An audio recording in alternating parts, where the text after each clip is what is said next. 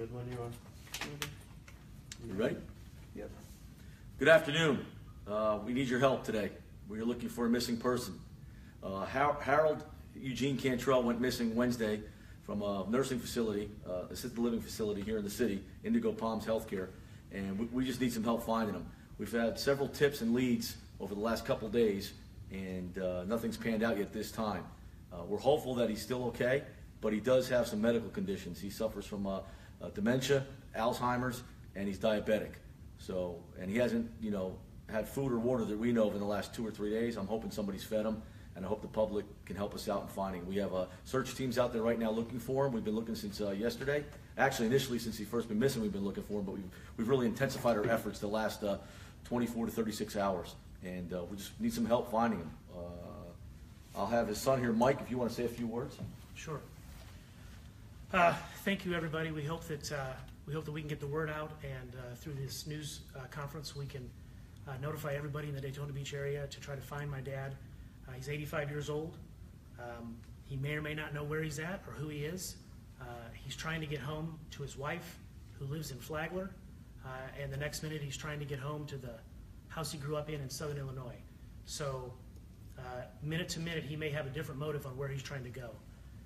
He's strong, even though he's got some disabilities, so we believe that he's out there walking around trying to find his way to somewhere. He currently has a device on him, we believe, that is called a Tile, which also has an app that works on an iPhone or an Android device. So we're urging people in the area, if you can, please download the free app, turn it on, and turn on the background services and the Bluetooth on your phone, because if you walk within 100 feet of him, whether you realize it or not, that Tile will automatically send its GPS coordinates to the Tile company, which will send it to us so that we can notify the police and we can zoom in on where he's at. In the meantime, we've got flyers out. Today we have 75 people combing the area, and we're working to get as many people involved as we possibly can. What type of clothing was he last seen wearing? He's currently wearing black pants with a white shirt with black stripes. He's also a U.S. Navy veteran from the Korean War. He currently has on, or should have on, a U.S. Navy veteran's hat, which we believe is hopefully helping aid in getting a couple of free meals and some free water into his system. But as he walks around, because of his medical conditions, we're concerned that he may be getting an infection. We're concerned that he may be losing strength. So the quicker we can get out there, the better off it would be.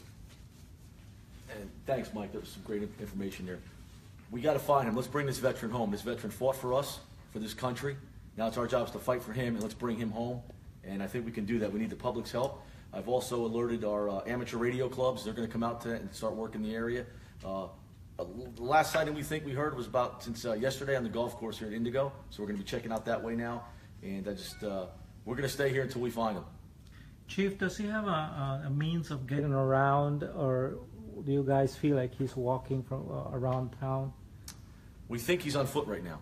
But then again, he's got, he's a veteran. He's wearing a veteran's hat. And most Americans are going to help a veteran. So we don't know if somebody's gave him water or food or drove him somewhere. And like his son Mike said, we think he's trying to get back to Flagler Beach. He's comfortable with Flagler Beach. And I think, Mike, you told me if he gets to A1A, he pretty much he knows how to go home. Your brother John told me that if he gets to A1A, he's going to be able to try to get home on A1A to Flagler Beach.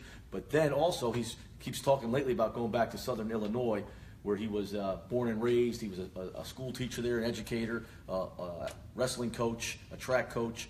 So I think he's comfortable. That's his childhood memory, so he's reverting back there. So he might be trying to hitchhike or get a ride back up there, and if somebody stops him along the way, they might think it's just a veteran, not knowing that he has dementia or Alzheimer's, just trying to help him out. So we don't know what story that he might have told them, but we need to find him. So we need to get this out to everybody that we can to help us locate Harold, and we're not going to stop till we find him.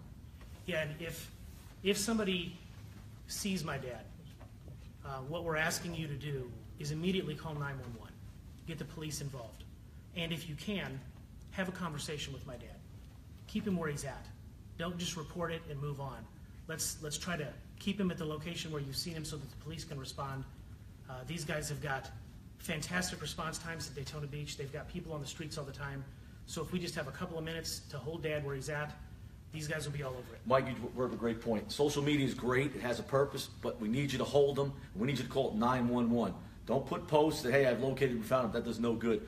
We're not, monitoring that all the time. So get on the phone, call good old-fashioned 911, hold and detain them until we get there. We'll be there within a few minutes. So please help us out. We need your help. Thank you. Thank you. Cool.